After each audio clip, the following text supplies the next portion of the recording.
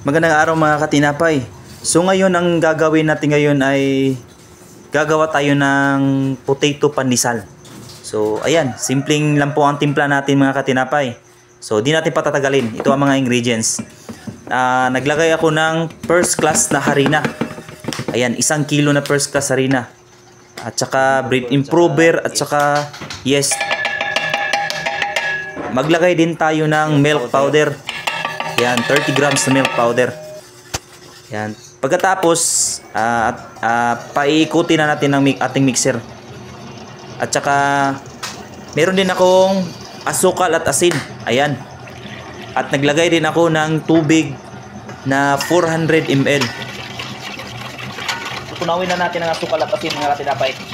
Yan. Pagkatapos nating matunaw ang asukal at asin, ibuhos na natin ito sa ating dry ingredients. Ayan. At pagkatapos na naman, imimix na naman natin. Paiikutin na naman natin muli ang ating mixer. Sa mga walang mixer dyan, pwede naman natin ito imano-mano. Kaso lang, mas mahabang proseso po. Kaya, ayan. So, nilagyan ko ng margarine 50 grams at saka BUS 50 grams. Ayan. Napakalambot pong na pandesal ito mga katinapay. Ito po ang bestseller namin na pandesal dito. Araw-araw po may naghahanap nito. Ayan, naglagay din po ako ng mantika, 50 grams. Ayan, napakalambot na pandesal po ito mga katinapay. Napakasarap at saka ayan, marami pong naghahanap ito kada umaga. Ayan. So, ayan po ang nilalagay ko dyan is naglagay ako ng 200 na grams na na patatas. Yung pinalambot na patatas. Ayan. So, pagkatapos, imimix naman natin. Ayan. Araw-araw ko po itong ginagawa. Itong potato pandesal. Marami pong naghahanap. Tsaka, ito po ay tag 5 piso. Hindi po ito tag 2 piso. Ito ay tag 5 piso po na pandesal. Kasi mahal ng mga bilhin ngayon. Hindi na makaya ang 2 piso. So, ayan. Okay na. Ipapadaan na naman ito sa ating makina. Ayan. Saglit lang po yan kasi namimix na naman yan sa spiral mixer. Tapos, ayan. So, magtimbang tayo dyan ng ng 350 grams. Ayan. Yan po ang yan po ang palatandaan.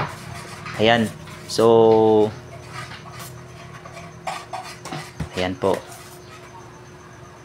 Napaka-basic lang po ito na timpla. At sana po ay masundan nyo. Nagawa tayo ng... Ayan, nakagawa po ako ng 5 dyan. Pagkatapos, babastunin na naman natin yan. Diniritso ko lang yan sa plansya mga katinapay. Kasi gagamitin ko pa ang lamisa dyan. Marami pa akong gagawin pagkatapos niyan. So, ayan. Diniritso ko na lang sa sa breadcrumbs. Ayan, pagkatapos naman dyan mga katinapay, yan, binaston ko lang lahat. Pagkatapos naman dyan is, i-release muna natin yan mga 15 minutes o di kaya 20 minutes.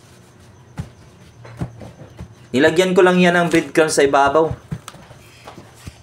Ayan. Para mas, hindi na ako naglagay ng mantika o tubig. Nilagyan ko lang ng breadcrumbs sa ibabaw. Ayan, tapos na po. Pagkatapos, i-release natin yan. Ayan. So, natapos ko na itong na-rest. Pagkatapos na naman natin ito, puputulin na naman natin ito. 5 baston po yan. Pagkatapos, 10 po ang putol niyan. Kada 1 baston. At saka 5 piso po ang binta ko dyan. Kasi parang wala nang tag 2 piso ngayon. Mahal ng sukar, mahal na din lahat ng mga bilihin sa mga pang bakery na mga ingredients. Di na makaya sa 2 piso. Kaya tig 5 piso rin sa akin. Yan, puputulin natin lahat bago natin isalansan sa plansya. 10 rin yan. Yan, napakasimple na po ito gawin mga katinapay. Sa mga nagpapandisalan dyan, sa mga nagbibikiri dyan, subukan nyo itong timpla natin na pandesal. Masarap ito at malambot. Kaya hindi kayo magsisisi sa timpla nating ito. Kaya ayan, sinalansa na natin sa plancha mga katinapay. Kibali ano, 5 pababa. Tsaka yung sa ibabaw naman ay 4 para hindi masyadong magdikit-dikit mamaya kapag ito ay lulutuin na. Ayan. So sundan nyo lang po ang proseso mga katinapay kung paano gawin. Alam ko na marami na kayong nakikita na mga timpla ng mga pandesal. Pero itong pandesal natin mga katinapay, subukan nyo lang itong timpla natin ito. At saka ito po ang ginagamit ko araw-araw na pandesal. Kaya marami talaga naghahanap ng pandesal kada umaga dito sa bakery na pinagtrabuhan ko. Ayan. So gabi ko to ginawa mga katinapay at saka lulutuin natin to bukas. So ayan, i-rest muna natin ito. So ayan. Tubo na po ang ating pandesal mga katinapay. Lulutuin natin to. Tara. Ito po, sinalang ko na sa oven mga katinapay. So ang init ng apoy nito sa oven is 250 degrees Celsius o di kaya 120 Fahrenheit. So ayan. So luto na po ang ating pandesal mga katinapay. Napakalambot po ito pandesal mga katinapay. Ayan. So 1 kilo lang po ang ginawa ko kasi naggawa talaga ako ng video ng pandesal para ma-share ko sa inyo ang timpla na ito. So ayan. Tikman muna natin itong pandesal natin mga katinapay. Salamat sa iyong panonood. Naway kayo may natutunan. God bless and happy baking.